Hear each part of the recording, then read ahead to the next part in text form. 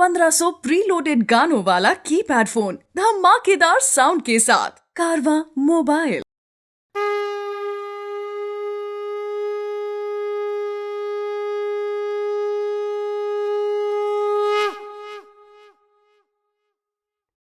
Hare Krishna Krishna Krishna Hare Hare, Hare Ram Ram Ram Hare Hare. Renunciation is the result of meticulously following the religious practices or any bona fide spiritual process. And this renunciation is the foundation of all happiness in life. Because people are not being trained in this science of renunciation, we see very few people happy. But it does not mean leaving all one's duties and going to jungle as is generally perceived. Arjuna practiced renunciation living in the midst of a very opulent life as a king, as a householder, but still he was the most perfect renunciant. How to practice this apparently incompatible situations, opulence and renunciation at the same time. This is a great art, and that is being explained by Lord Krishna in this chapter, Perfection of Renunciation. This session is dedicated to His Divine Grace A.C. Bhaktivedanta Swami Prabhupada, our spiritual master and the founder and acharya of the worldwide Hare Krishna movement. Let us start the final conclusive chapter of Bhagavad Gita, chapter number 18, the perfection of renunciation. Let us see verse number 1. Arjuna uvacha sannyasasya mahabaho tattvam ichhami veditum Tyagasya cha rishikesha prithak keshi nishudana. Arjuna said, O mighty armed one, I wish to understand the purpose of renunciation, tyag, and of the renounced order of life, sannyas, O killer of the Keshi demon, Rishikesh. So this is very important to understand the purpose behind any activity. A person who is a king is supposed to enjoy life at retirement as people aspire for now. Let me earn nicely when I retire, I will enjoy a very opulent, rich, comfortable life. But the Vedic culture is Pancha Shodham Vanam Vrajet. After 50 years, when you are at the peak of your career or opulence, you leave your house and you go to jungle. And this appears very, very strange. Why at this time, when a person might need support, one is going to get old, he is supposed to withdraw oneself from the social life and take shelter of forest or a temple? What is the purpose of this sannyas order? Why take so much hardship? And then even while one is engaged in the occupational duties, even when one is a householder, one is not supposed to enjoy more than 50% of one's wealth for one's maintenance or sense gratification. At least 50% should be used for serving the Supreme Personality of Godhead or for general charity if a person does not have knowledge about Supreme Personality of Godhead. But 50% minimum should be given up. So why so much stress is given on tyag, renunciation? You give up, and there is a renounced order of life. After 50 years, go to jungle, and after some time, give up everything. What is the purpose?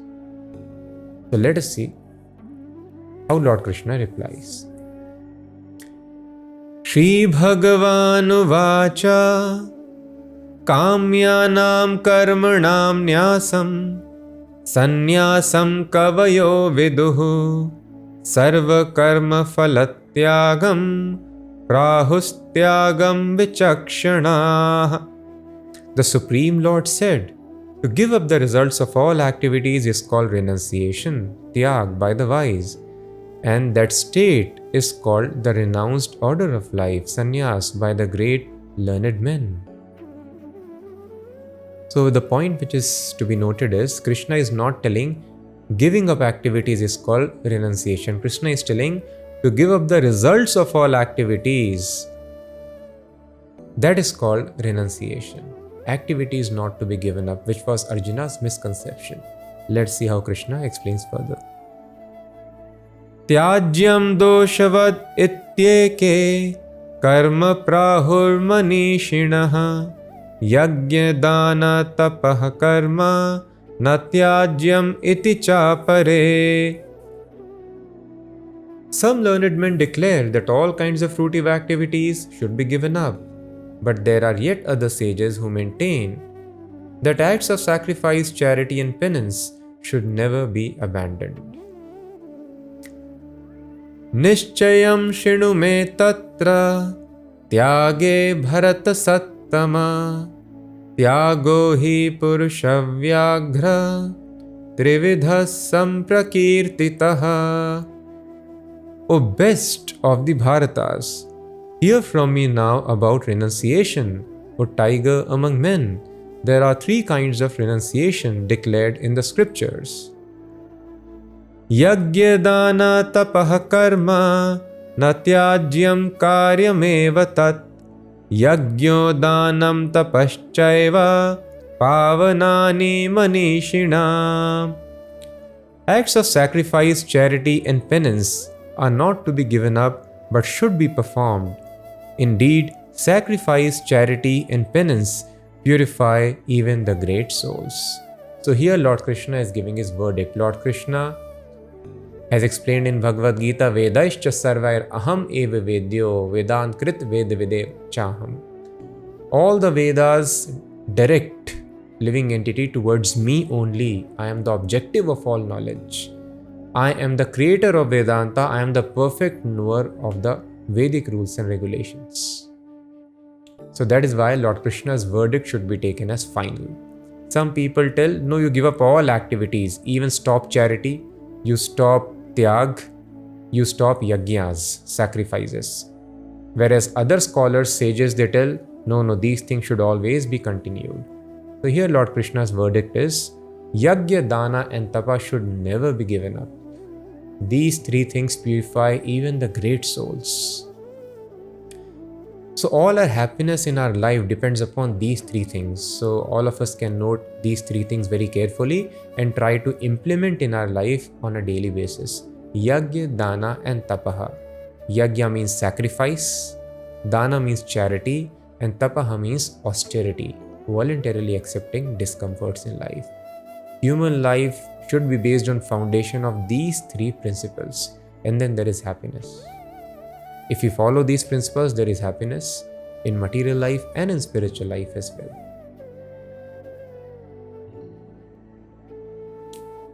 Etanyapi tu karmani sangam tyaktva phalani cha kartavyani me partha nishchitam matamuttamam. All these activities should be performed without any expectation of result. They should be performed as a matter of duty, O son of Pritha. That is my final opinion.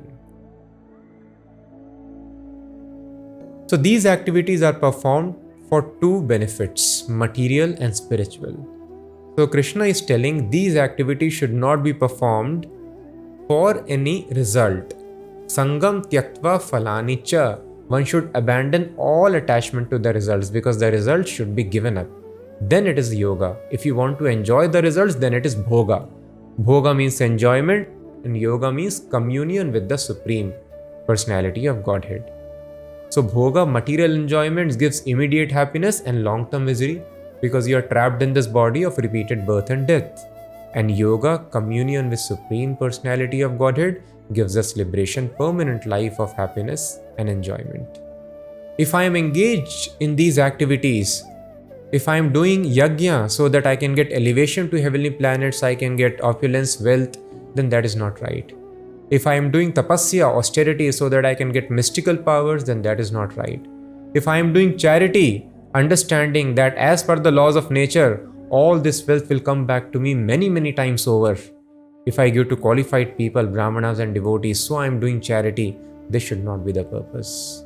The purpose should be to purify one's existence, to eliminate rajas and tamas from the body and keep pure sattva guna, shuddha sattva guna in the heart. So with this end, all these activities become spiritual. So activity should not be given up, it should be spiritualized by abandoning all attachment to the results. Niyatasya tu sannyasah karmano nopapadyate mohatasya parityagas tamasav prarikirtitaha. Prescribed duties should never be renounced. If by illusion one gives up his prescribed duties, such renunciation is said to be in the mode of ignorance. Dukkham ityeva yat karma kaya klesha bhayatyajet sakritva rajasam tyagam naivatyaga phalam labhet. Anyone who gives up prescribed duties as troublesome or out of fear is said to be in the mode of passion. Such action never leads to the elevation of renunciation. Karyamityeva yat karma niyatam kriyate arjuna sangam tyaktva phalam chaiva satyagas satviko mataha. But he who performs his prescribed duty only because it ought to be done and renounces all attachment to the fruit, his renunciation is of the nature of goodness, O Arjuna. Giving of one's activities is not always glorious. So here Krishna describes three kinds of renunciation. In goodness, passion and ignorance, Sattva-guna, Rajaguna and Tamaguna. Sometimes a person may fear when people come in Krishna consciousness, they are new, they are understanding this philosophy, how materialistic results, opulences, recognition, relations, they don't satisfy the soul. So people tell, why bother so much about working in the office, factory, business? Let us give up and settle in Vrindavan, Jagannath Puri, Mayapur, some holy place, or in or around a temple. And let us serve Krishna nicely, chant his name and worship him all day. But such renunciation, if the foundation is, oh, my activities are full of trouble, so I need to give up, then that is in the mode of passion. It leads to misery, it should not be done. Some people, they give up duties out of illusion. They do not know what is done, what is not to be done, simply they give up. Such ignorance is not allowed. Renunciation is allowed only in the mode of goodness when it is done in perfect knowledge. So anybody who is working in factory very nicely and offering the results to Krishna, they are the best renunciants, as it will be explained now by Lord Krishna. So one should not give up the activities thinking it is troublesome or out of fear. Oh, I am dealing with so many materialists, I will get entangled in the laws of karma. No, that is not fact. If anybody is working in a factory only for the Krishna and is offering the results to Krishna, then such a person is not associating either with the factory or with the workers of the factory. Such a person is in constant association with Krishna. There is no difference between Krishna and his service. So such a person always feels the presence of Lord in all one's activities throughout the day. And such a person, even though he might not be wearing the dress of a sannyasi, but one can have the consciousness of a sannyasi, because one is not willing to enjoy the results but offer the results to Krishna. So all those hardships, they become tapasya in the service of Krishna. So this is very, very important point. One should not be willing to seek a comfortable life. A comfortable life has not brought any spiritual advancement. Tapasya is required. So one should not give up the duties out of fear, or I'll get materially attached, materially entangled. No attachment will come if I am always acting under the direction of the spiritual master for the satisfaction of Krishna and I am offering the results to Krishna. Such activity is very glorious and it is real renunciation. Nadveshti akushalam karma kushale nanushajjate tyagi sattva samavishto medhavi chinna sanshayah. Those who are situated in the mode of goodness, who neither hate inauspicious work nor are attached to auspicious work, have no doubts about work. The typical example is Arjuna. When he was ordered to kill, even though killing is inauspicious activity, he did not hate it because that was the order of Krishna. Similarly, Prahlad Maharaj, following the instructions of one's father is very auspicious activity, but he was not attached to that auspicious activity. When father told do not worship Krishna, he left the auspicious activity of following father, which gives you a lot of material advantages and comforts. But he was not keeping such attachment, and he continued worshipping, glorifying Krishna. Because a devotee understands auspiciousness, inauspiciousness, ultimately it is designed to take a living entity to the lotus feet of Krishna. And if I am engaged in the service of Krishna, I should not worry about anything else. So thus a devotee has no doubt what work should be done, what should not be done, because he is only acting for the pleasure of Krishna. Nahi deha bhrita shakyam yaktum karmanya sheshataha yastu karma phalatyagi satyagitya vidhiyate. It is indeed impossible for an embodied being to give up all activities. Therefore, it is said that he who renounces the fruits of action is one who has truly renounced. Yastu karma phalatyagi. Karma should not be renounced. Karma phalatyagi. The results of karma should be renounced.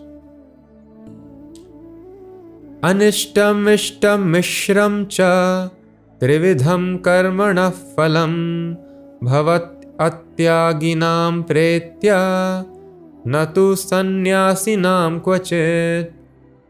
For one who is not renounced, the threefold fruits of action, desirable, undesirable, and mixed, accrue after death. But those who are in the renounced order of life have no such results to suffer or enjoy. So one may ask a question here. Any activity that we do gives result that is either full of happiness or full of distress or mixed. It is desirable, undesirable, or mixed. Now, how is it possible that a person is acting? It is okay, one is giving up the results, but one is acting, still one is not bound to suffer the reaction. How one is able to escape this law of nature? So to answer, Lord Krishna explains the Sankhya philosophy, 5 factors of action. Panchayatani mahabaho karanani nibodhame Sankhye kritante proktani siddhaye sarva karmanam adhishthanam tatha karta karanam cha prithak vidham vividhascha prithak cheshta daivam chaivatra panchamam. O mighty armed Arjuna, learn from me of the 5 factors which bring about the accomplishment of all action. These are declared in Sankhya philosophy to be the place of action, the performer, the senses, the endeavor, and ultimately the super soul.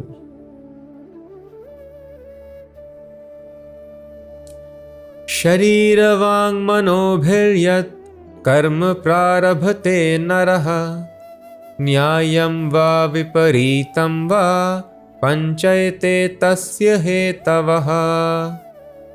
Whatever right or wrong action a man performs by body, mind, or speech is caused by these 5 factors. So the current philosophy is you work very hard and you will attain all success. This is completely wrong, as explained by Lord Krishna here. Work or endeavor is called cheshta. It is one of the 5 factors in bringing about any action or success in any action. Which are these 5 factors? They are karta, karanam, adhishthanam, cheshta, and devam. What is karta? Karta means doer. 2 people are doing the activities, both have different skills and abilities, different output will come. Even though efforts are same and other situations are all the same. It depends upon karta, the doer. Second is karanam. Karanam means instrument. If you tell a soldier to fight with a broomstick, he will lose the fight. You have to give him good instrument, a nice gun. Or if a sportsman is there, a batsman is there, you give him a stump to bat with, he will not be able to do it. He might be the best batsman of the world. So proper instrument is also important. Third is adhishthanam, which means the place of action. You are very expert salesman. You have all the background technical knowledge as well.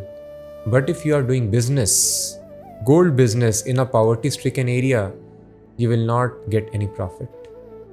So choosing proper place of action is also important. Then of course, cheshta means endeavor. Nai suptasya singasya pravishanti mukhe mrigaha. Tiger doer is capable. It has got the ability to catch its prey. And the place of action is also right. He is in the jungle, so many animals are there who can be captured. And tiger has got nice instruments also. He has got nice teeth, canines. He has got very sharp claws by which he can hunt the animals. But if cheshta is not there, tiger thinks, let me sleep in my den, rabbit will come and enter in my mouth. That is not going to happen. So work is also one of the factors. That is called cheshta. But it does not mean let me keep on putting cheshta unlimitedly and I can attain whatever I want. No, because there is a fifth factor which is called providence or devam. It is a sanction of the super soul who is seated within one's heart. Not a blade of grass moves without the Lord's sanction. And Lord sanctions as per one's desire and what a person deserves as per one's karma. Because we are eternal. We are doing this karma activities for a very long time. If I am bound to suffer because of past actions, then how much ever hard I may work, I cannot escape that suffering. And if I have some enjoyment, that also is governed by my karma. I cannot get more enjoyment than that. This is called providence. One may work very hard, but if one is not destined to enjoy more, destiny will not allow. One may work very hard to come out of suffering, but if destiny does not allow us to come out of suffering, we have to suffer. Thus this devam, sanction of super soul, is most important and powerful factor. So Supreme Soul, seated in the heart, has got two functions, Anumanta and Upadrishta. So the Super Soul seated within the heart has got two functions, Upadrishta and Anumanta, witness and the sanctioner. But in the case of devotees, Lord Rishikesh, the master of senses, also acts as director of the senses. He takes charge of the devotee, controls the senses of the devotees. And because the devotee's mind and body act under perfect direction of Krishna, the devotee is not responsible to enjoy or suffer the resultant material reactions. Thus what he gets is spiritual reaction and he is aloof. Thus he is always in a liberated state. That is how, even though the devotee might be engaged in all kinds of material activities which apparently are materialistic, he or she is also going to office and they are earning money, this is the activity of a materialist. But because they are doing strictly under the direction of spiritual master, who is acting under direction of Krishna, they are completely free. Because I am not responsible. The doer has not decided to do this activity. The doer now becomes only an instrument. One will not praise or curse a pen for writing a wonderful piece of literature. The glories come to the writer and the criticism also comes to the writer. The pen is only instrument.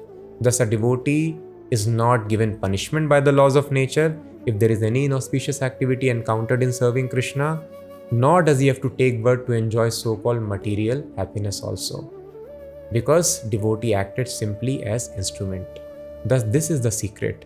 When one acts under direction of Krishna, one is not enjoying the results, one is not responsible for the reaction. Tatraivam sati kartaram atmanam kevalam tu yaha pashyatyakrita buddhitman nasa pashyati durmatihi. Therefore, one who thinks himself the only doer not considering the 5 factors, is certainly not very intelligent and cannot see things as they are. Yasya nahankrito bhavo buddhir yasya na lipyate hatvapi sa imalokan nahanti na nibadhyate. One who is not motivated by false ego, whose intelligence is not entangled, though he kills men in this world, is not the slayer, nor is he bound by his actions. Jnanam gyeyam parigyata trividha karma chodana karnam karma karteti trividha karma sangraha. Knowledge, the object of knowledge, and the knower are the 3 factors which motivate action. The senses, the work, and the doer comprise the threefold basis of action. Jnanam karma cha karta cha tridhaiva guna bhedataha prochyate guna sankhyane yathavat shrinutanyapi. In accordance with the 3 modes of material nature, there are 3 kinds of knowledge, action, and performers of action. Listen as I describe them. Sarva bhuteshu yenaikam bhavam avyayamikshate avibhaktam vibhakteshu tajjnanam viddhi satvikam. That knowledge by which one undivided spiritual nature is seen in all existences, undivided in the divided, is knowledge in the mode of goodness. Prithakttvena tu yajjnanam nana bhavan prithak vidhan veti sarveshu bhuteshu tajjnanam viddhi rajasam. That knowledge by which a different type of living entity is seen to be dwelling in different bodies is knowledge in the mode of passion. Yattu kritsnavad ekasmin karye saktam mahaitukam atatvarthavad alpam cha tattamsam udahritam. And that knowledge by which one is attached to one kind of work as the all in all, without knowledge of the truth, and which is very meager, is said to be in the mode of darkness. Lord Krishna explained the 3 modes of nature in the 14th chapter, and in 17th chapter Lord Krishna explained different types of worships done by different people who are under control of these 3 modes of nature. So one is expected to move from Tamogun, mode of ignorance, to Rajas, mode of passion, finally to Sattvaguna, mode of goodness, and transcend goodness to the mode of Shuddha Sattvaguna. On that platform, God is realized. One's original identity is realized, one's relationship with Lord is revealed. Now, to attain that platform, one has to very carefully understand all the shlokas nicely. One has got various deliberations, various kinds of knowledge. The knowledge should be in the mode of goodness. Although goodness is also not pure in this material world, it also holds a person back, but goodness is favorable for liberation. As long as a person is in college, one cannot take up a job. But the higher classes of college, higher semesters, the final semester makes a person most eligible to join a job. If one does not pass through lower semesters, one cannot, there is no possibility. So thus one is encouraged to go to final semester but not get stuck on that platform. In a similar fashion, one should try to come to mode of goodness but not get stuck on the goodness. Nevertheless, coming to goodness is very important because from goodness only one can transcend to Shuddha Sattvaguna. So for our practice, Lord Krishna is describing here knowledge in the 3 modes. One should avoid the knowledge in Rajoguna and Tamoguna and practice knowledge in Sattvaguna. Similarly, Lord Krishna has already described renunciation. Krishna has described knowledge here. Now Krishna will describe different kinds of doers, different kinds of actions, different kinds of intelligence, different kinds of determination, all as per the three modes. So the intelligence, determination, action, doer, all these things should be there in the Sattva Guna to understand, to have a situation which is favorable to understand Krishna as it is and thus attain perfection of life. So here, as Lord Krishna describes three kinds of knowledge, to summarize, when a person is able to understand the same spiritual nature which is pervading everywhere, when one does not get illusioned by the external coverings, one does not think, oh, here is a dog, here is an elephant, this is a bad person, this is a good person. When one understands these are not the real natures, only one spiritual nature is all pervading, then such knowledge is in the mode of goodness. And when a person sees, oh, there are different identities, one identifies as per body, and one concocts various theories and philosophies. There are so many philosophers who philosophize about existence of soul, the purpose of creation, and there are contradictions. So on Sattva Guna, there is clarity. On the mode of passion, there is lot of contradiction. Person concocts various theories and philosophies, or they come to a conclusion that there is only one soul, one consciousness, which is all pervading, which has taken so many forms. This is also knowledge in the mode of passion. And knowledge in the mode of ignorance, when one simply thinks about making one's life comfortable, like most of the knowledge today, just have a luxurious, comfortable life, that's all. Such knowledge is in the mode of ignorance, takes one to the animal kingdom, very, very abominable species. Niyatam sangrahitam araga dveshatah kritam afala prepsuna karma yat tat satvikam uchyate. As for actions, that action in accordance with duty, which is performed without attachment, without love or hate, by one who has renounced fruitive activities, is called action in the mode of goodness.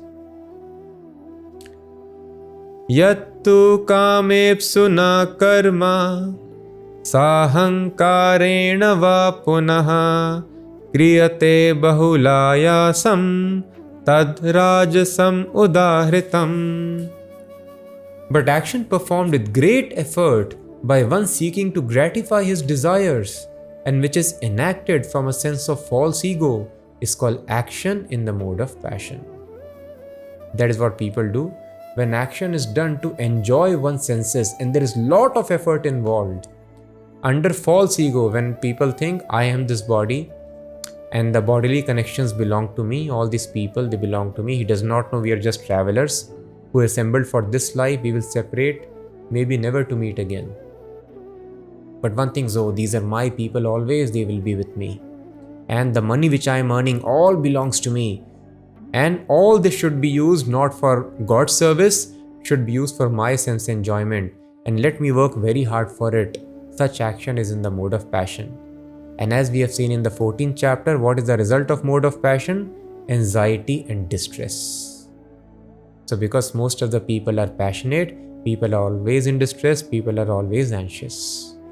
Mode of goodness means one acts just as a matter of duty without attachment to results because the results have to be given up.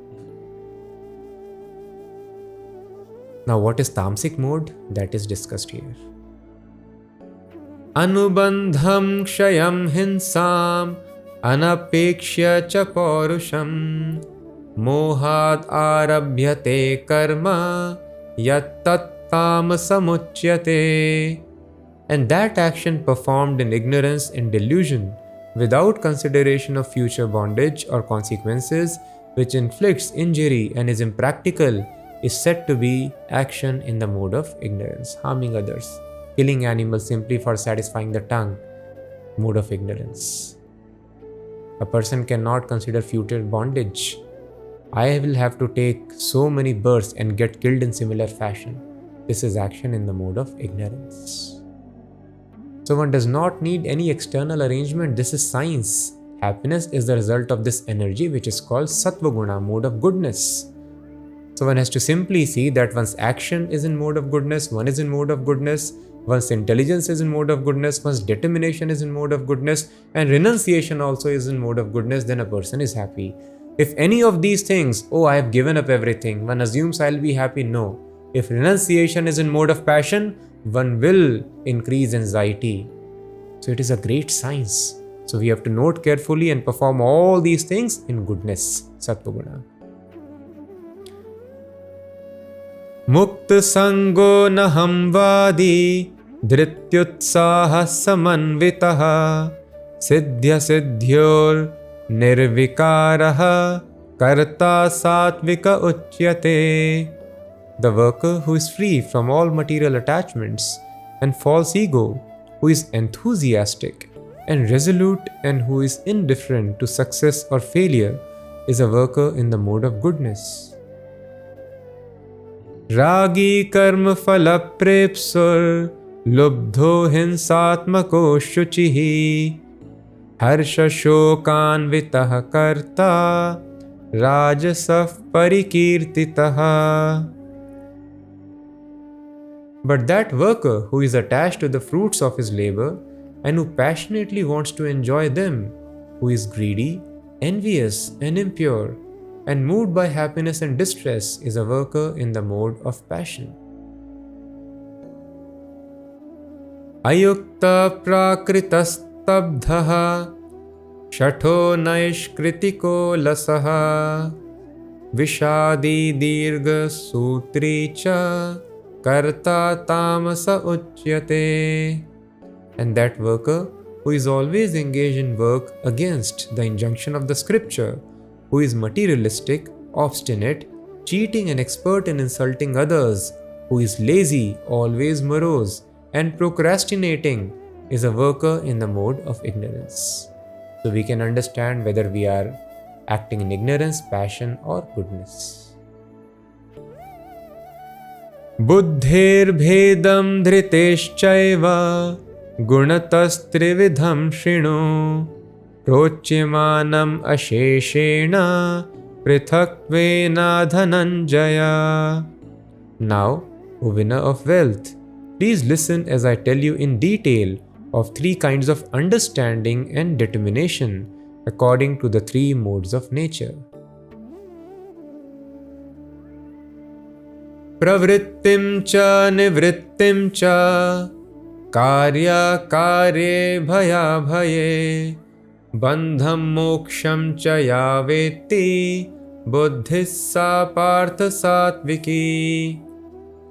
O son of Pritha, that understanding by which one knows what ought to be done and what ought not to be done, what is to be feared and what is not to be feared, what is binding and what is liberating, that understanding is established in the mode of goodness. Yaya dharmam adharmam cha karyameva cha ayathavat prajanati buddhissa partha rajasi. And that understanding which cannot distinguish between the religious way of life and the irreligious, between action that should be done and action that should not be done, that imperfect understanding, O son of Pritha, is in the mode of passion.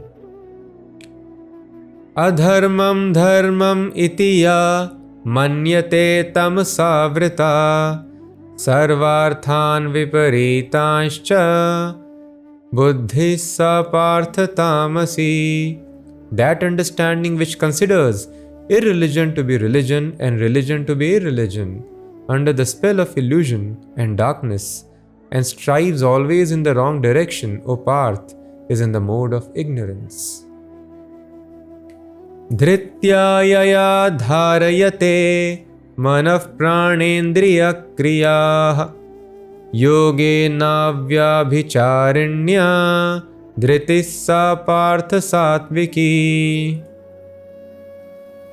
O son of Pritha, that determination which is unbreakable, which is sustained with steadfastness by yoga practice, and thus controls the mind, life, and the acts of senses, is in the mode of goodness.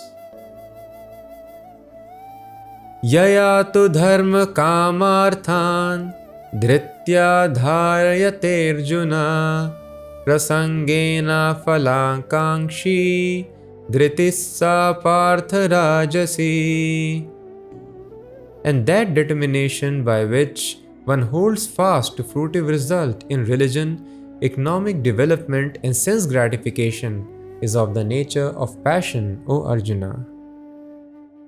Yaya swapnam bhayam shokam vishadam madameva cha na vimunchati durmedha dhritissa partha tamasi. And that determination which cannot go beyond dreaming, fearfulness, lamentation, moroseness, and illusion, such unintelligent determination is in the mode of darkness.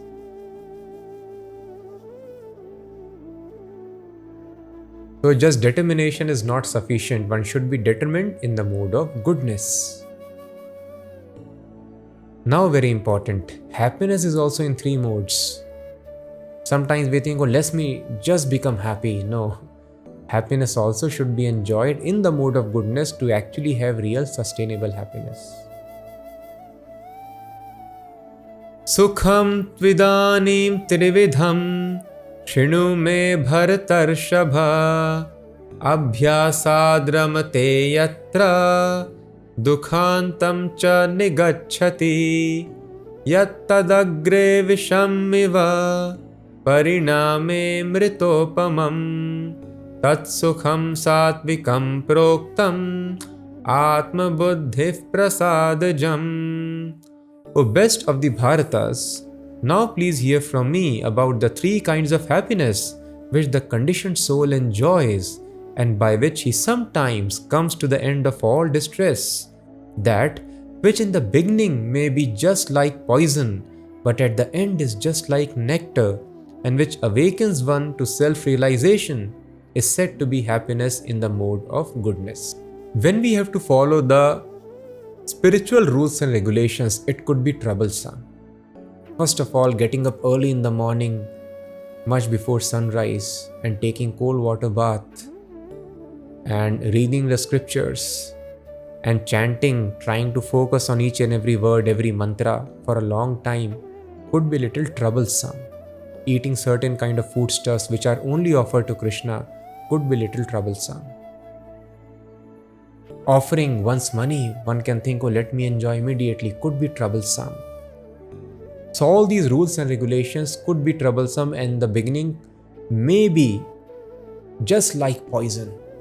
Oh, it is so troublesome, let me enjoy, mind will tell. But if a person tries to follow, the end result is nectar. And if a person is successfully able to execute, it opens the door to liberation, permanent happiness, and one begins to enjoy the spiritual happiness and of all material distress. So such kind of sattvic happiness can be like poison in the beginning. So many rules and regulations can be suffocating at times. But nevertheless, we have to understand, even in ordinary course of activities, even if a person needs to earn money for a long time, 20-25 years, one has to work very hard. If that time one wants to enjoy, then future is very bleak and dark. So one needs to understand, I am following the instructions of God, even though it could be tough. No intoxication, no meat eating, no illicit sex could be tough, no gambling. It could be difficult to control my senses in the beginning, but let me follow, because these are the instructions given by God. How one can suffer when one follows the God? More so when everyone who has been following this path, they are so happy and blissful, not at all concerned with any of the distresses of this world. So with this patience, we should try to follow this happiness, which can be poison in the beginning, but the end result is nectar. Vishayendriya sanyogat yattadagre mritopamam pariname vishamiva tatsukham rajasam smritam. That happiness which is derived from contact of the senses with their objects, and which appears like nectar at first but poison at the end, is said to be of the nature of passion. When a young man and woman are attracted to each other, they feel like seeing each other, talking to each other, touching each other and enjoying sexual pleasure. But the end result of such pleasure is so much of misery as we see in the world. There is separation, there is divorce, there is sorrow, there are so many suicides, depression, and whatnot. Sometimes even killings. This is the result of happiness enjoyed in the mode of passion. I think I will live happily ever after, and there is misery ever after. So one does not know this basic science. There are different kinds of happiness. Any kind of happiness which one gets by sense enjoyment, it appears like nectar in the beginning. Oh, this is so full of bliss. But the end result is poison. And what is happiness in the mode of ignorance? Let us see now.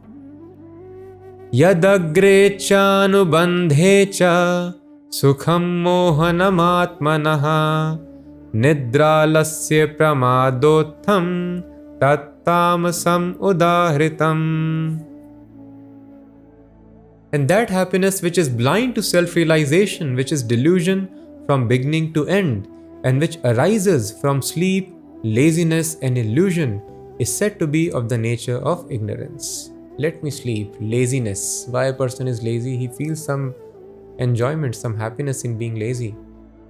But such happiness is illusory. When a person sleeps, wants to sleep for a long time, his problems are not solved. There is happiness neither in the beginning nor at the end. There is only illusion. For a person in mode of passion, there is some ephemeral happiness in the beginning, but for a tamasic person, ignorant person, there is no happiness anywhere. He lives in illusion. Natadasti prithivyam va divi deveshu va punaha sattvam prakriti jair muktam yadebhisyatribhir gunai. There is no being existing either here or among the demigods in the higher planetary systems which is freed from the three modes of material nature.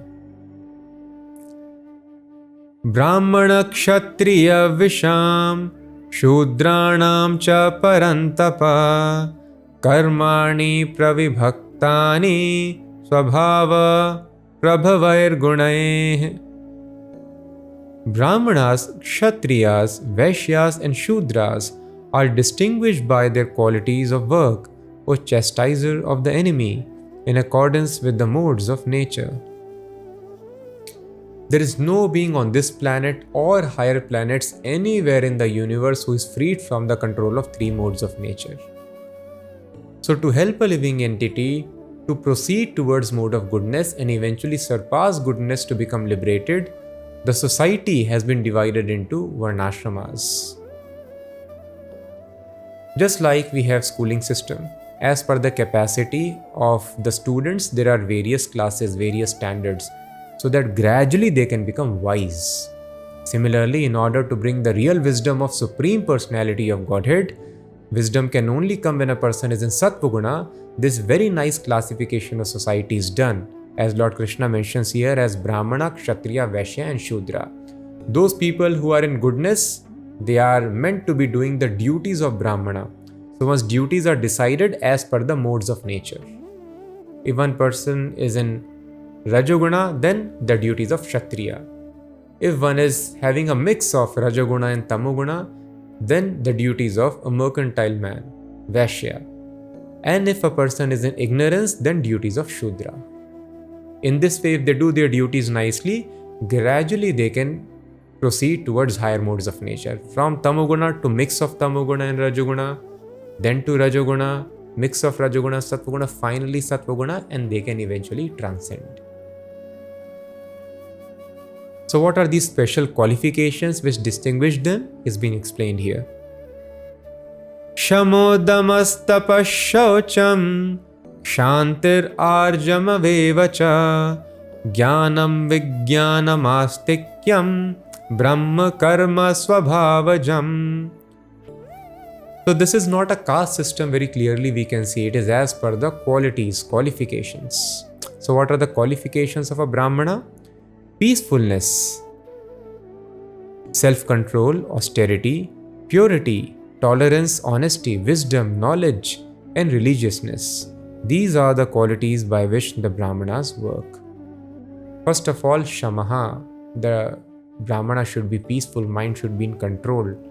Damaha, senses should be in control.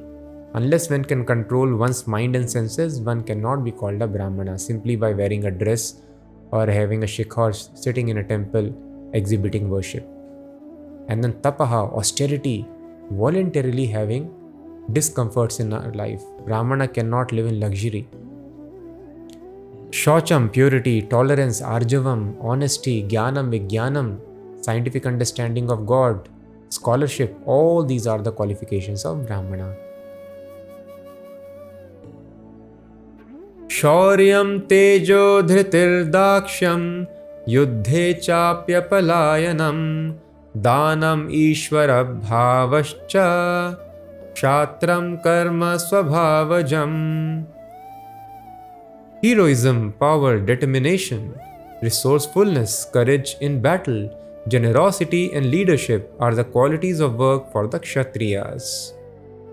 Krishi gorakshya vanijyam vaishya karma swabhavajam paricharyatmakam karma shudrasyapi swabhavajam. Farming, cattle raising and business are the qualities of work for the Vaishyas, and for the Shudras there is labor and service to others. Sve sve karmanyabhirataha samsiddhim labhate naraha swakarma niratas siddhim yatha vindati tachrino. By following his qualities of work, every man can become perfect. Now please hear from me how this can be done. Now this great secret is being revealed by Lord Krishna. One need not wait for a gradual shift of duties. In ordinary Varnashrama system, Shudra, if he does the duties very nicely, gradually he can become Vaishya, he can become Kshatriya, and after a long time one may become Brahmana. But this very scientific procedure Lord Krishna describes, in which there is no need to change one's occupation and one can make one's life perfect. So the human society does not know, is it possible? Usually we think, I have to change my job, change the way I work.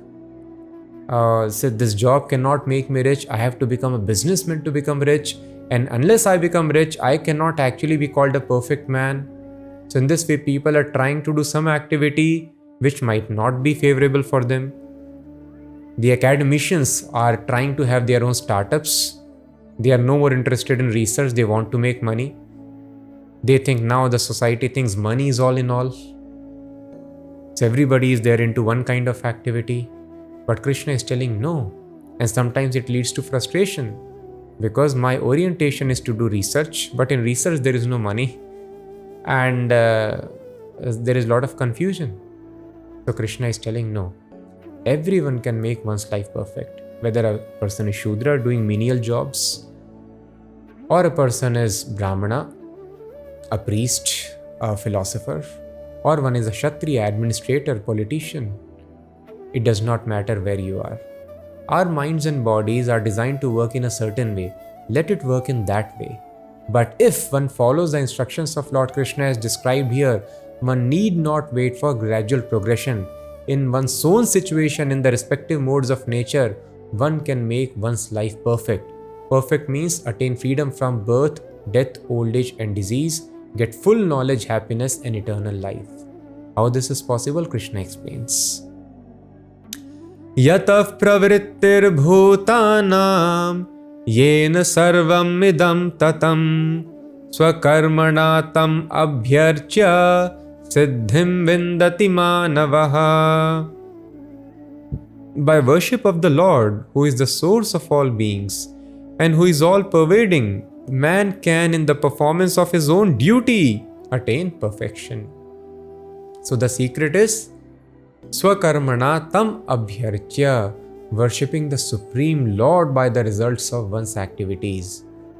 One can attain the Supreme, makes one's life perfect.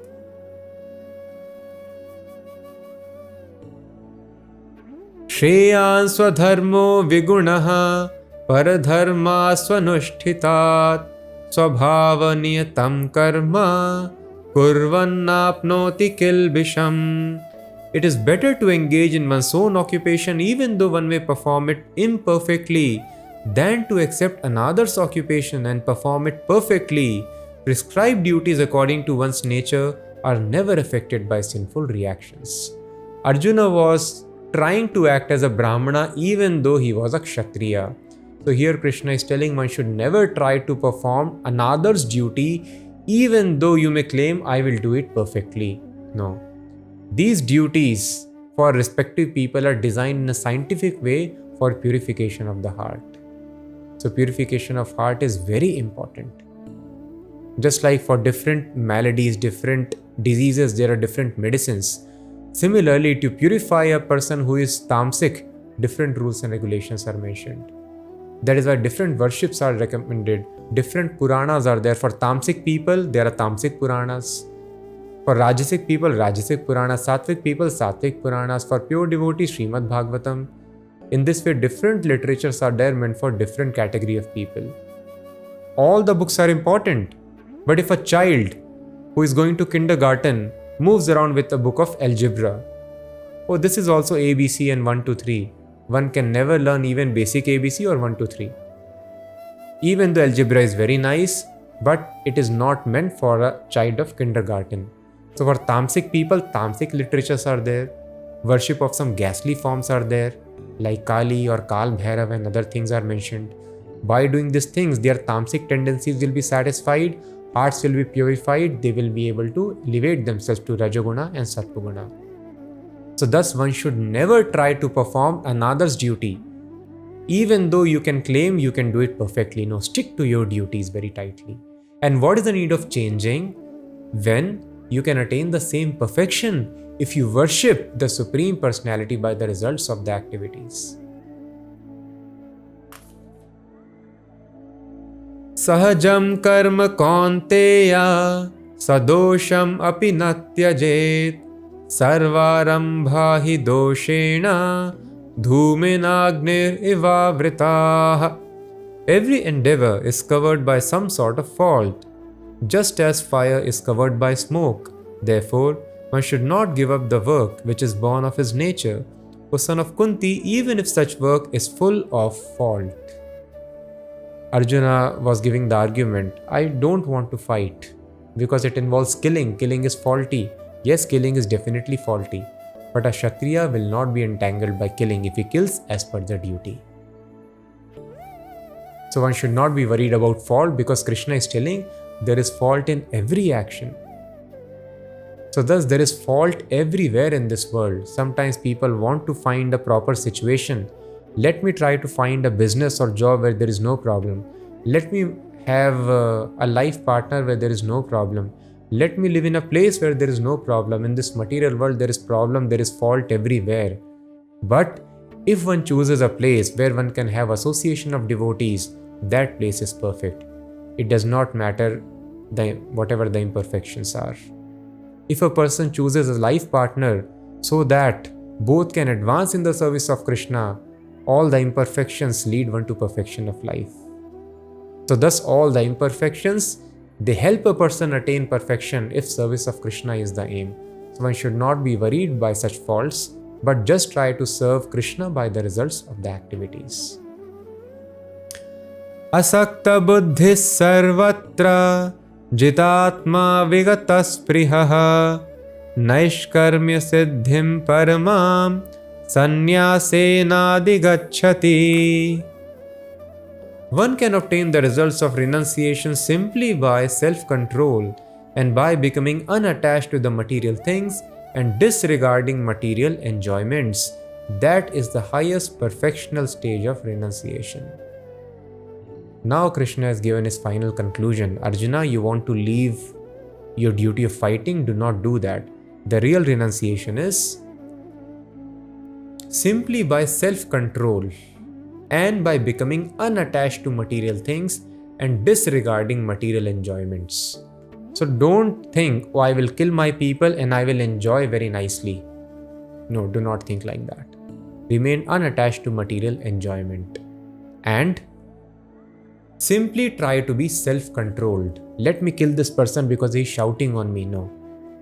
Whether Krishna wants this person to be killed, then I can kill them. For my personal interest, it does not matter. I am perfectly self-controlled. I am not agitated for my personal insult. I am not happy on my personal praise. My senses should be perfectly under control. When Krishna tells fight, I fight. When Krishna tells stop, I stop. So when a person is self-controlled, not willing to enjoy the material resources and willing to offer the results of activities to Krishna, then one can enjoy all the results of a person who is living in jungle. One need not go to jungle. Thus, living in the midst of householder life, in the midst of one's occupation, one's duties, one can get all the results of renunciation, and this is real renunciation. Siddhim prapto yatha brahma tathapnoti nibodhame samase naiva kaunteya nishtha jnanasya ya para. O son of Kunti, learn from me in brief how one can attain to the supreme perfectional stage Brahma by acting in the way which I shall now summarize. Usually people think I have to stop all activities, sit down and meditate, or read the Vedas and contemplate to attain Brahma stage, to understand I am not the body and enjoy spiritual bliss.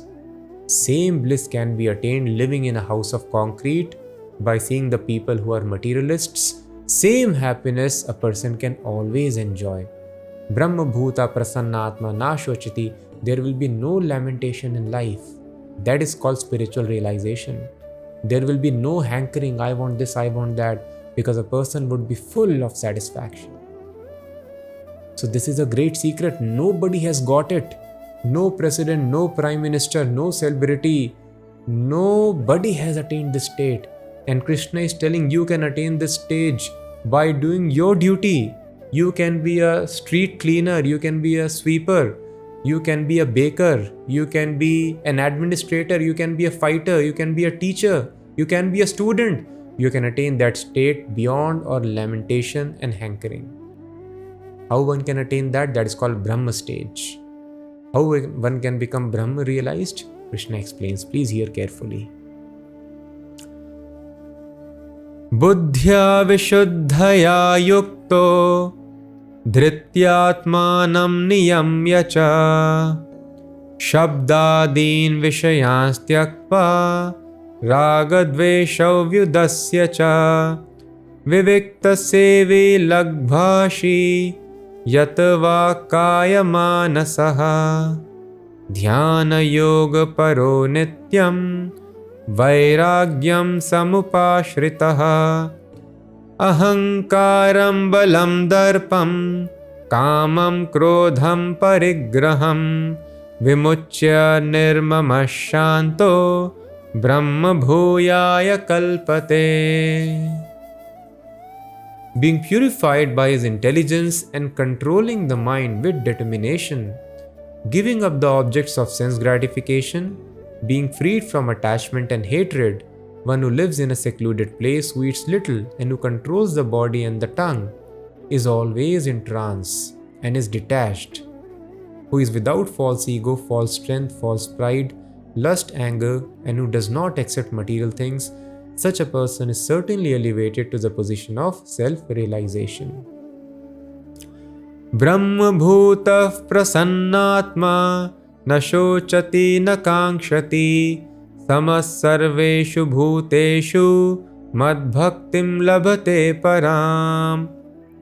One who is thus transcendentally situated at once realizes the supreme Brahman.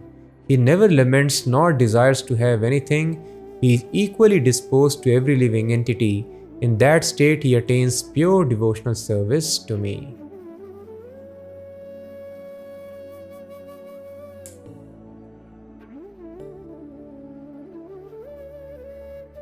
Bhaktya mam abhijanati yavan yaschasmi tatvatah tato mam tatvato gyatva vishate tadanantaram.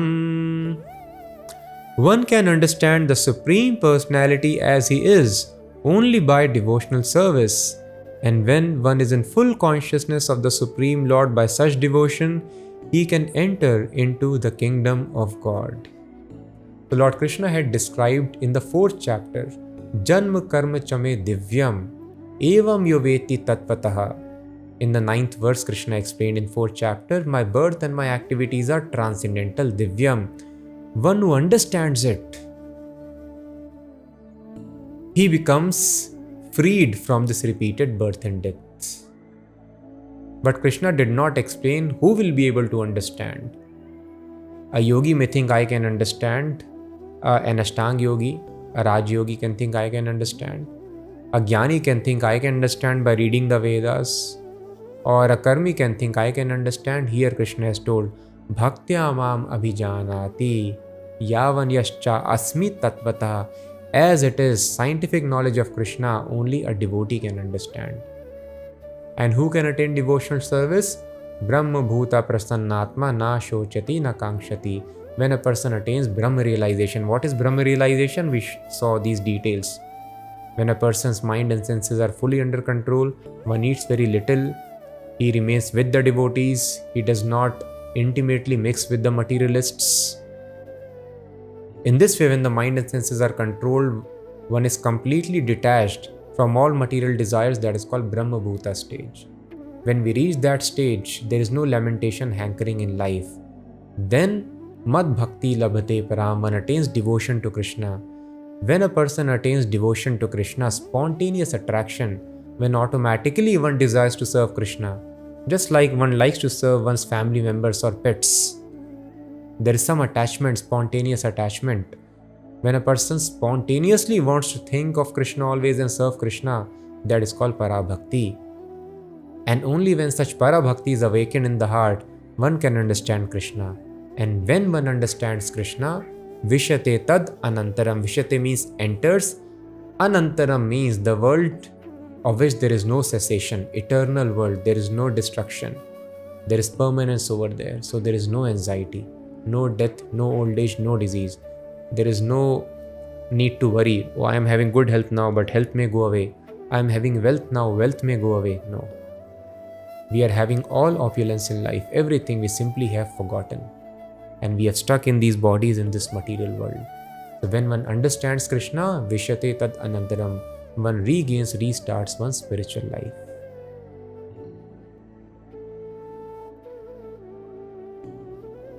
Sarva karmanyapi sada kurvano madvyapashrayaha mat prasadadavapnoti shashvatam padamavyayam. Though engaged in all kinds of activities, my devotee under my protection reaches the eternal and imperishable abode by my grace. Shashvatam Padam. Again Krishna has mentioned Shashvad Pad. There is a position which is eternal. There is no loss of happiness. There is no loss of knowledge. There is no loss of strength. There is no loss of opulence. Shashvadam, permanent position of happiness, life and knowledge. That a person attains, a devotee attains by my mercy, my grace. Although one is engaged in all kinds of activities. So Arjuna, do not leave your activity of fighting to attain the end of liberation. You will attain the stage of liberation, permanent liberation, life on the Vaikuntha planets by my mercy, my grace. But this position can be attained only by the devotees. Bhaktya, Krishna has mentioned.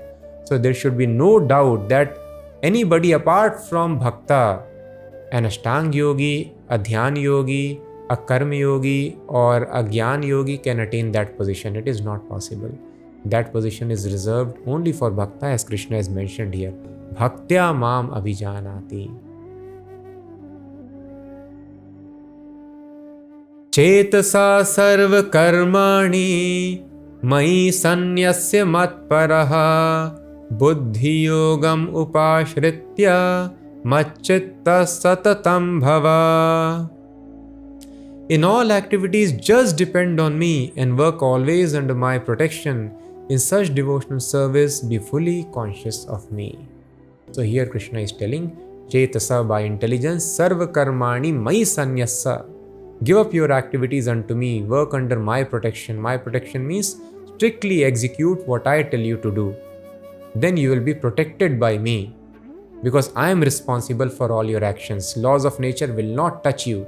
I will save you from material energy. For this, Mai Sanyasya, all the activity should be given up unto me. Just you should act under my direction.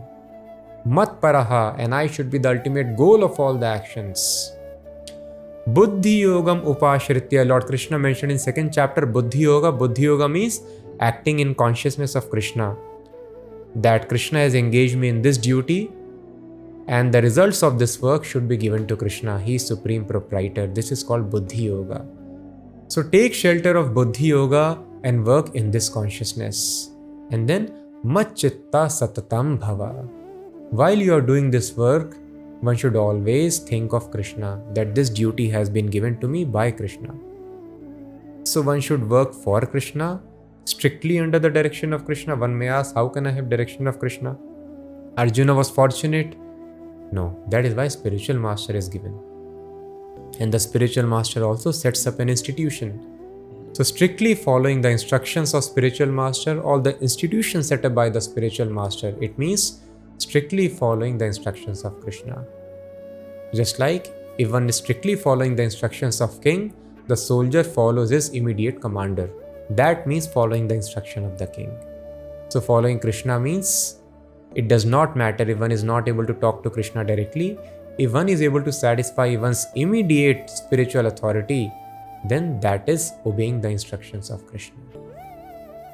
This is called Mai Sanyasya, doing all the activities strictly as per directions of Krishna. In this way, a person becomes Brahma Bhuta. This is a great secret. Anyway, we are giving up the results of activity. We are giving up the results of activity now, either for our personal enjoyment, or for the enjoyment of family members, or some pets that we keep around us, or some philanthropy.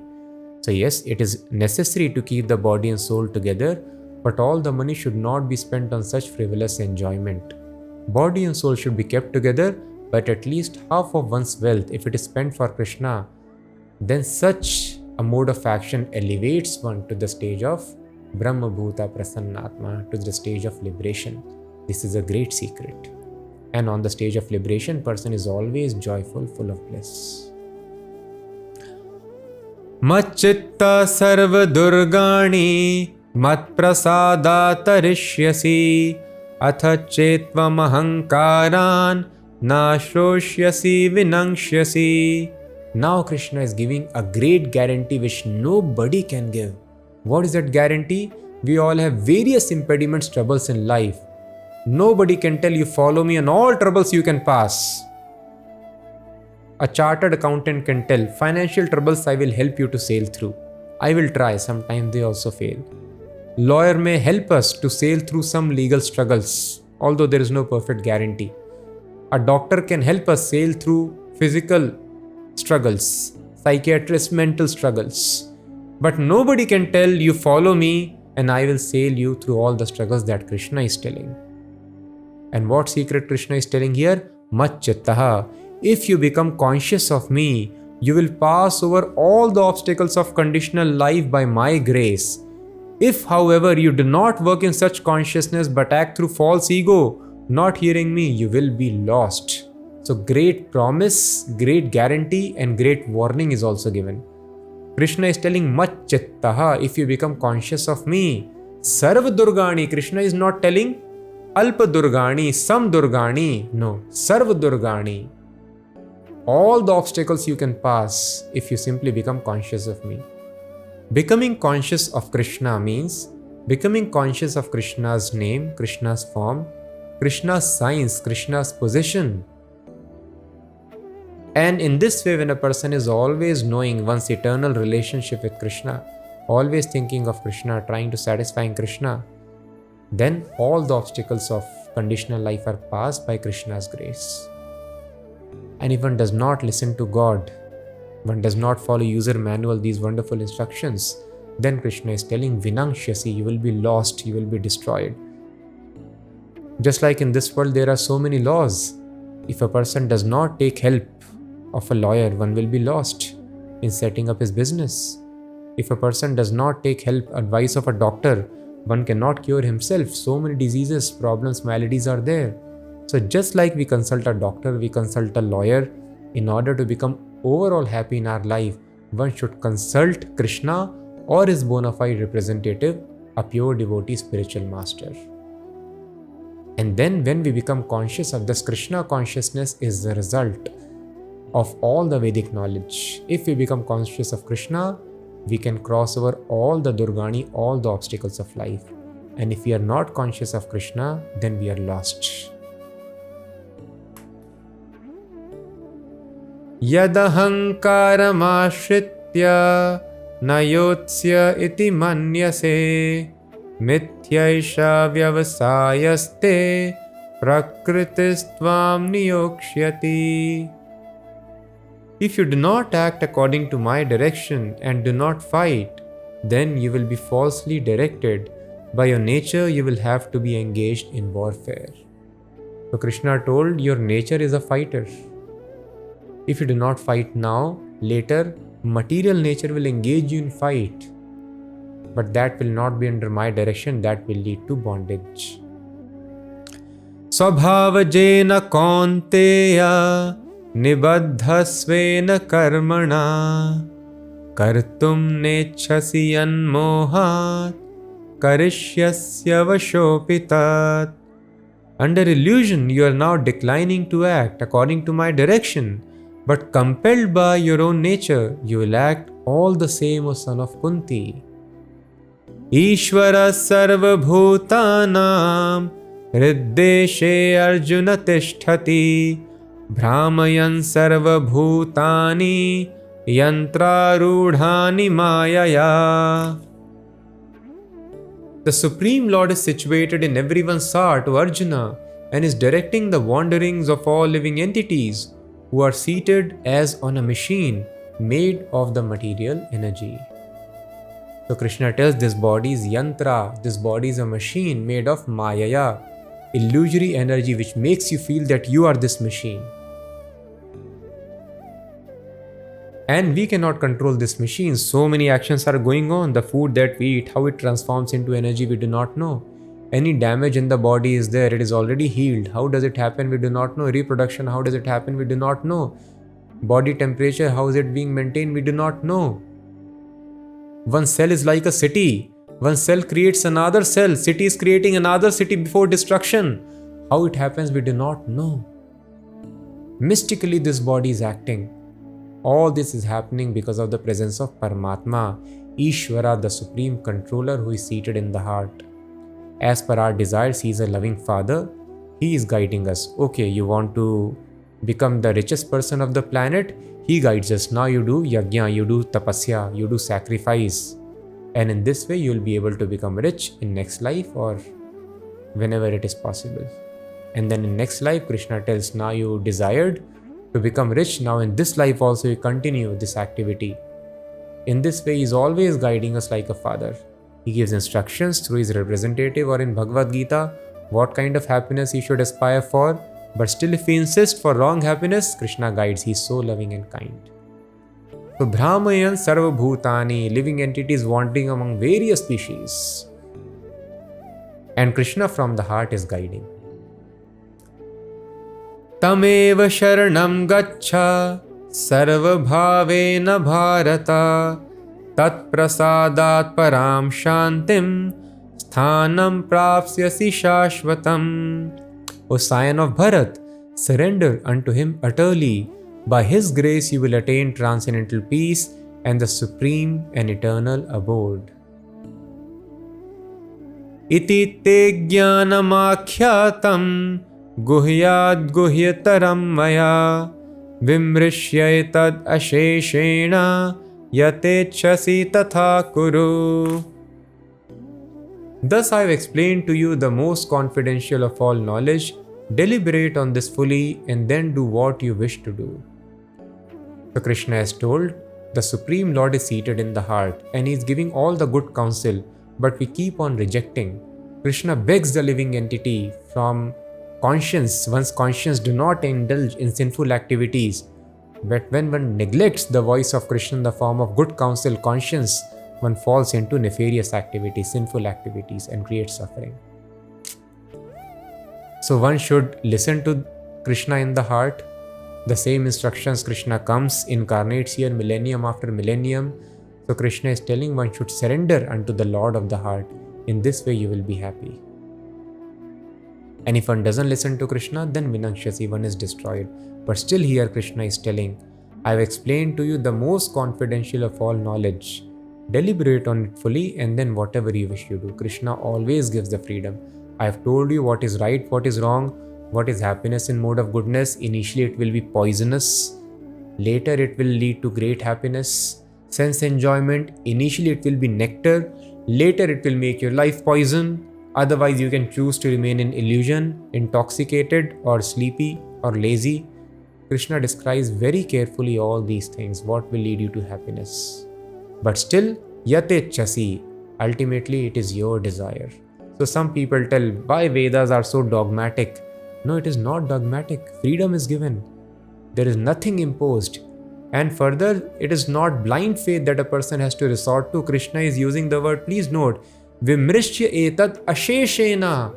Vimrishya means think about it, not think and decide immediately. Asheshena, completely deliberate upon it.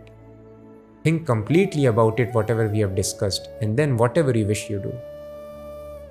So thus, the Vedic knowledge is not dogma, it is not forceful, but if a person takes advantage, one is benefited eternally. Sarva guhyatamam bhuyah Shrinu me paramam vachaha Ishtosi me dridamiti Tato vakshyami te hitam. Because you are my very dear friend, I am speaking to you the most confidential part of knowledge. Hear this from me, for it is for your benefit. So knowledge that I am different from the body, aham brahmasmi, it is confidential. This Krishna shared first. If you give up the results of your activities, you will attain this liberated platform, Brahma Bhuta stage. I am not the body, you will realize. Then, higher than that is knowledge that God is present in my heart as Super Soul, always directing me, giving instructions. That is more confidential knowledge. Now Krishna is giving most confidential knowledge, Sarva Guhya Tamam Bhuyaha. There is no greater secret than this knowledge. Krishna has explained about acting without attachment, about cultivating knowledge, about pious and impious activities, about various forms of yoga. Now Krishna is giving topmost knowledge, which Krishna explained in the 9th chapter at the end. Now again Krishna is repeating the same verse. So every verse of Bhagavad Gita is very important, but the most confidential knowledge is so important because it is the crux of entire Bhagavad Gita. Krishna has repeated it twice. Now Krishna is telling, please hear carefully, Sarva Guhyatamam. Understanding I am not the body is confidential. God is seated in the heart is more confidential, but this is most confidential. What is this knowledge? Manmana bhava madbhakto madhyaji mam namaskuru mame vaishyasi satyam te pratijane priyosi me. Always think of me and become my devotee. Worship me, offer your homage unto me. Thus you will come to me without fail. I promise you this because you are my very dear friend. So this is the most important knowledge. Sarva dharman parityajya mamekam sharanam vraja aham tvam sarva papebhyo mokshayashyami ma shuchaha. Abandon all varieties of religion and just surrender unto me. I shall deliver you from all sinful reaction. Do not fear. This is the only way. This is the crux. Please try to understand. We have gone to school, taken so much hardship, thinking that if I get money, I'll be happy in my life. This is wrong. Why? It is very simple to understand. This world is following pattern. There are designs everywhere. As we just discussed the functionings of the body, so many species of life, food chain, ecosystem, every cell is wonderful city, self-replicating city. There is no limit to the design that we have in this world. From micro to macro. Behind design, there is designer, the supreme controller. Because design cannot happen by chance. So one should ask, what is the purpose of this design? Every design, every product has got a use, every system has got an ultimate objective to be achieved. What is the result? I'll repeat. Every system has got certain objective to be achieved. What is the objective of this entire creation? And the design also necessitates a supreme designer. So everything is under his control. So if we are suffering, we are his children only. Why he will make us suffer? We are suffering because we have broken some laws of nature, and we cannot come out of that suffering by any amount of education, any amount of earning money, any amount of earning power, position, recognition in the society. Thus, the powerful people, if you are powerful, you can recognize, or at least our power is increased. We were small child, no power. But am I more happy by growing up, increasing my influence in society? The answer would be no, I am more miserable. So please try to realize this fact. Education, this thing, it is materialistic, hedonistic thought. Just like we have heard the story of Midas the king. He thought, if I have this power, whatever I touch turns gold, I'll be very happy. And then poor king, the fruit he's touching, any edibles he's touching, they're turning into gold. He cannot eat gold. Finally, his daughter came to embrace him. Daughter became gold. And then he thought, what have I desired in life? This is happening with all of us. In our limited sight, we are not knowing what is for our benefit. So please try to understand, we suffer because we break the laws of nature in the past. That's it and nothing else. Instruments could be very many. I could be suffering because of the bad governance, bad systems, could be because of my family members, could be because of my subordinates, could be because of my superiors, could be because of bad weather, diseases, anything XYZ. But nothing happens by chance because everything is under control of God. This ignorance of God has put living entities, human beings, into so much of distress. And ignorance, we are trying to get relief of the instrument of suffering. The thief is trying to kill the policeman because the policeman arrests me every time. Will the thief be able to save himself from arrest? No, greater force will come, more punishment will be given. Thief thinks, let me kill the advocate. He argues against me and I have to go to jail. Let me kill the advocate. Let me give the judge. He writes sentence against me, imprisoned for certain time. He will be more implicated. In this way, without knowing the absolute truth, ultimate cause of my suffering, I try to remove the immediate cause and I become more implicated and simply increase my suffering. So everyone knows suffering is increasing in one's individual life and at the macro level, at the world level also. But nobody knows why it is happening. It is happening because we inquire relative truths. We don't know absolute truth, the ultimate cause of suffering, and that has to be removed. And the ultimate cause of suffering is forgetfulness of God. Our natural relationship is a very strong, loving service of God. When we forget that, ultimately we all need love in life. As one of the richest person of the planet has recently told, success is not measured by how much money you have. It is how much love you get in life. Everybody knows this. But love in this world does not satisfy. That is why half of the marriages fail on paper. Other half, they fail individually, they don't reveal in public. But it fails because Krishna has told this is happiness in the mode of passion. Immediately there is pleasure. For a couple of days or weeks or months or maybe a couple of years maximum, there is some pleasure. Then there is poison, there is embarrassment. Person wants to give away 50% of the wealth. Please leave me alone. And there is divorce and separation. Why? You were not able to live without this person. Why you want to get rid of him or her now? This is called mode of passion. Entire sense enjoyment means nectar in the beginning, poison in the end. Thus at the end, everybody, they are simply suffering. So please understand this carefully. We are spirit soul. We cannot be satisfied unless I revive my memory, revive my relationship with God.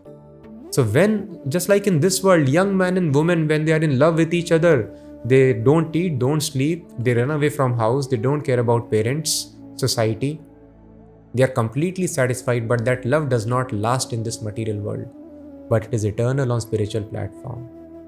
So we have to give up the envy of God, because when we forget this relationship with God, now senses demand pleasure. When there is no love between boy and girl, then they cannot give up their material comforts. Then you need entertainment, you need sense enjoyment, you need so many other things. Without love, you need all the demands of the senses to be fulfilled. So when a person forgets Krishna in life, then material senses become active and there is demand. And the senses are so dangerous, the more you satisfy, the more they hanker for. And then a person commits criminal activities. Person is not satisfied by legitimate wife and husband, they have extramarital affairs. Then they are not satisfied with the other relationships also. There is relationship within the family members, that is called incest. Then further a person degrades and starts enjoying such pleasures even with animals. In this way, there is no limit. Then there are other so many crimes in the society. Senses are never satisfied. It is like trying to satisfy your itching propensity by scratching. The more you scratch, if a person is having eczema, that itching increases. This is the nature of senses. The more you give them pleasure, the more they ask for it. They are never satisfied, and a person's life becomes miserable. All this is happening because love of God is missing in one's life. So the senses demand, and then crime, break the crime, and then you suffer, and then you try to remove the immediate cause of suffering by creating more pap in your life, and then in this way the suffering goes on increasing and one's life becomes miserable. So this science needs to be understood by us. Sarv dharman parityajya mamekam sharanam vraja. Thus, because a person, now one may ask why a person has forgotten God, why this relationship we forgot as spirit souls? Because we became envious. Father is kind, loving, but sometimes the son becomes envious. Oh, I don't want to be controlled by father, I want to go away. But then he realizes I cannot be happy without father. In this manner, the living entity sometimes becomes envious of God. Why I should serve you? Let me become God. God is very kind. He tells, okay, I will make you God of the material universe. You go there, you rule. You work hard, you do right karma, you become Brahma. You control entire universe. You become as powerful as me. You forget me. But then when a living entity realizes this material world is not satisfying me, even as Brahma, I need to revive my loving relationship with God, then one surrenders to God. But because there is envy, knowledge of God is not given. Why Krishna finally is giving this topmost secret? Simply think of me, man mana, bhav mat bhakto, and not officially. Think of me in loving devotional service. Worship me. Offer your respects to me just like the father teaches the son. Offer respects to me. In this way, loving relationship is established. But this cannot be given to living entity unless one becomes non-envious of God. Because we are envious, there is cheating process. Suppose the son has gone away from house. So father still sends the money to the child, but indirectly, because directly if the father sends, son will not accept because son is envious of father. I don't want any help from you. I don't want to live with you. So father will send help through some friend. Son is unemployed. Father will arrange from some other friend some employment for his son. Father only is arranging, but directly he does not tell. He does not reveal. So knowledge of God is not revealed unless a person becomes non-envious. So thus there are so many varieties of religion present on this planet when people are envious of God. How do we understand I am envious? When I have tendency to become God. Become God means richer than the richest, stronger than the strongest, defeat everybody in competition? No.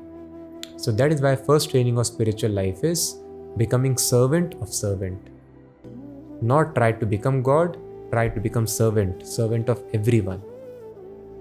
In this way, when the servant attitude is cultivated, humility is cultivated, As Lord Jesus also told, kingdom of God is meant for meek and humble.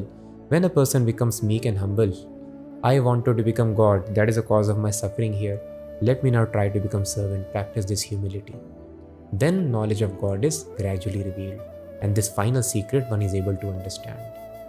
Man mana bhavmad bhakto. So the conclusion of all Vedic knowledge is simple. One should mold one's life and activities in such a way that one is always able to think of God. And think not officially like we think of our boss, but bhavmad bhakto in a devotional attitude, and offer respects to God, worship God because He is our Supreme Father.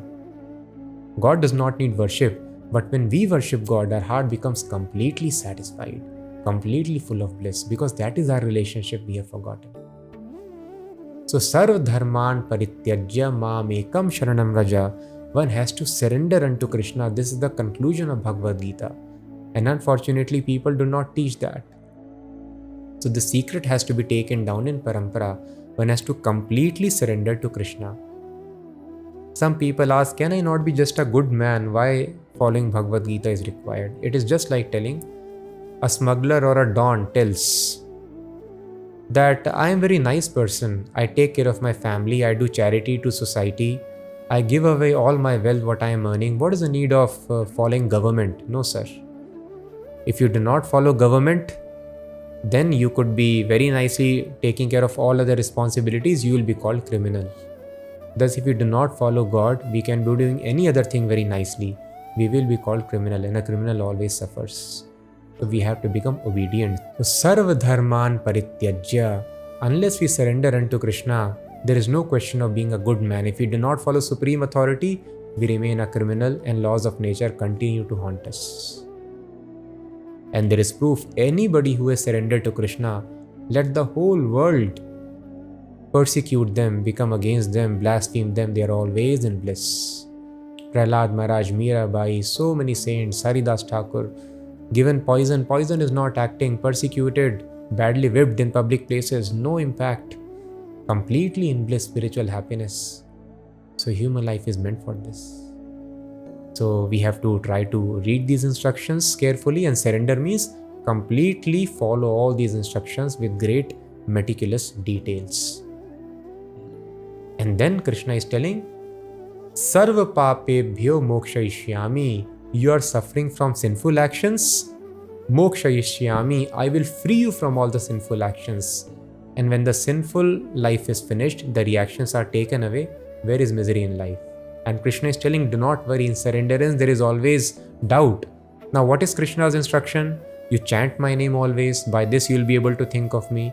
So one may wonder, if I give time to chanting always and other spiritual duties, I may have loss in my business or studies. Krishna is telling, no, it will not happen. Do not worry, there will not be any loss. Ma Shucha, you will come to me at the end. You will have success in spiritual life and success in material life also. You will have a very comfortable life.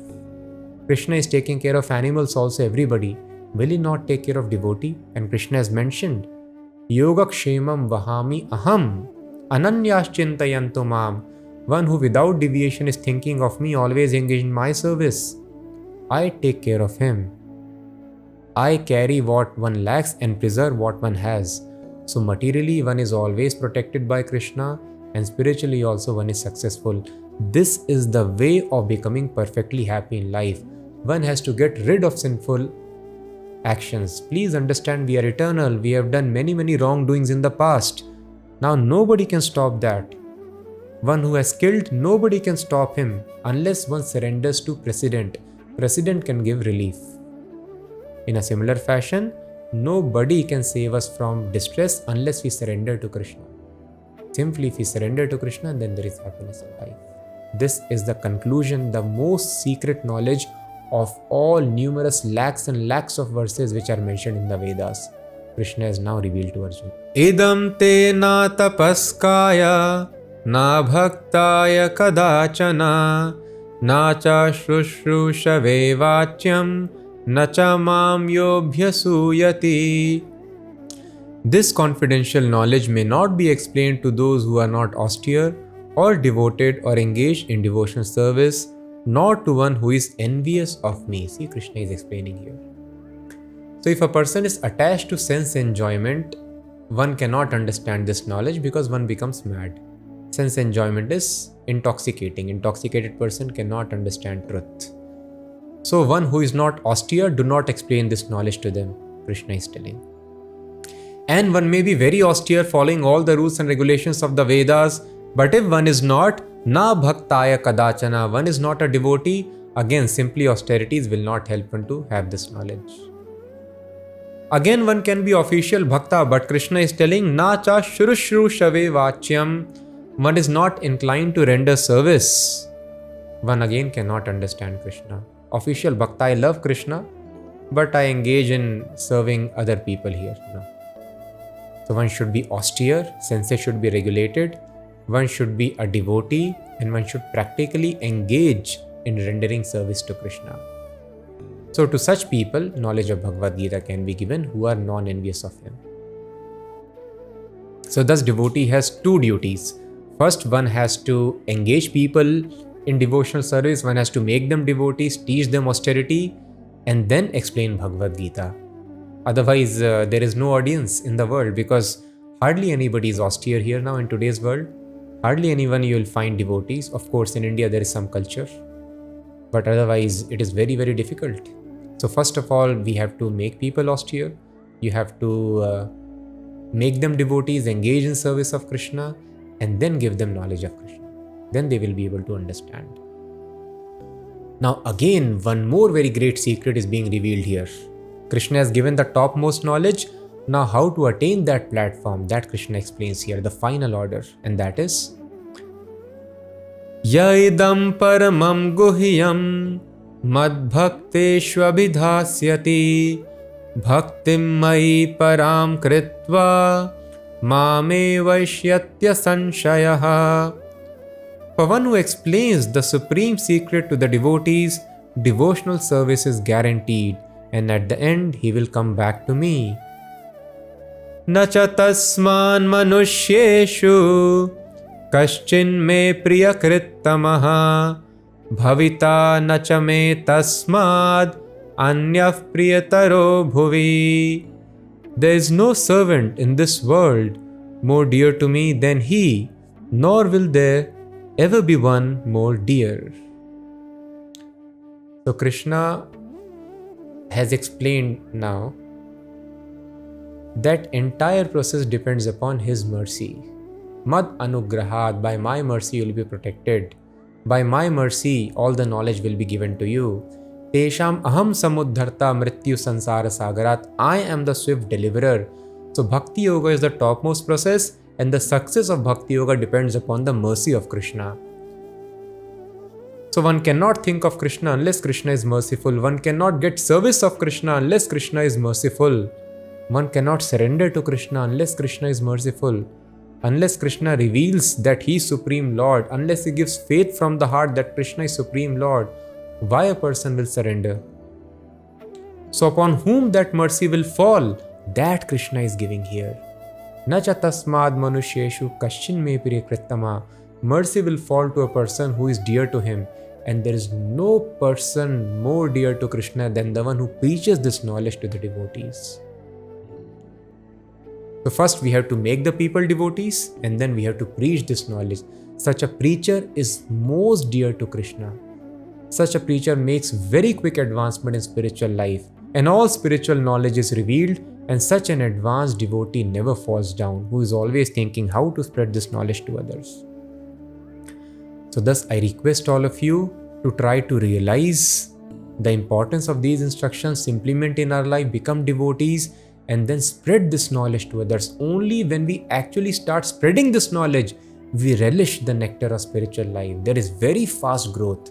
Otherwise also we become dear to Krishna by doing other things for Krishna, but preaching is very, very special and very unique.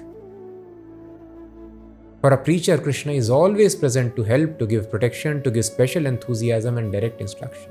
Krishna is telling, and in future also, Bhavita nachame tasman, in future nobody will be dearer to me than the preacher of this knowledge. Because people are suffering here only because of lack of ignorance. If any person takes lost son back to the father, father would be so much obliged. Nobody is dearer to him than this person who has brought the lost son back. So thus, everybody here in the material world are lost, forgotten children of Krishna. If this knowledge is given to them, they become very, very dear to him. And if anybody becomes dearer to God, then where is the trouble in life? Adhyeshyate chaya imam dharmyam samvadamavayoh jnana yagyena tenaham ishtasyamiti me matihi. And I declare that he who studies this sacred conversation worships me by his intelligence. Shraddhavananasuyascha shinuyadapi yo naraha sopi mukta shubhan lokan prapnuyat punya karmanam. And one who listens with faith and without envy becomes free from sinful reaction and attains to the planets where the pious dwell. Kachid etat shrutam partha tvayekagrena chetasa kachit ajnana sammohaha pranataste dhananjaya. O conqueror of wealth, Arjuna, have you heard this attentively with your mind? And are your illusions and ignorance now dispelled? Arjuna uvacha nashto moha smritirlabdha tvat prasadan mayachyuta sthitosmi gata sandeha karishye vachanam tava. Arjuna said, My dear Krishna, O infallible one, my illusion is now gone. I have regained my memory, and by your mercy I am now firm and free from doubt and am prepared to act according to your instruction. Sanjaya uvacha ityaham vasudevasya parthasya cha mahatmanaha samvadam imam ashrausham adbhutam romaharshanam. Sanjaya said, Thus have I heard the conversation of two great souls, Krishna and Arjuna, and so wonderful is that message that my hair is standing on end. Vyasa prasadashrutavan etad guhyam maham param yogam yogeshwarat krishnat sakshat kathayata swayam.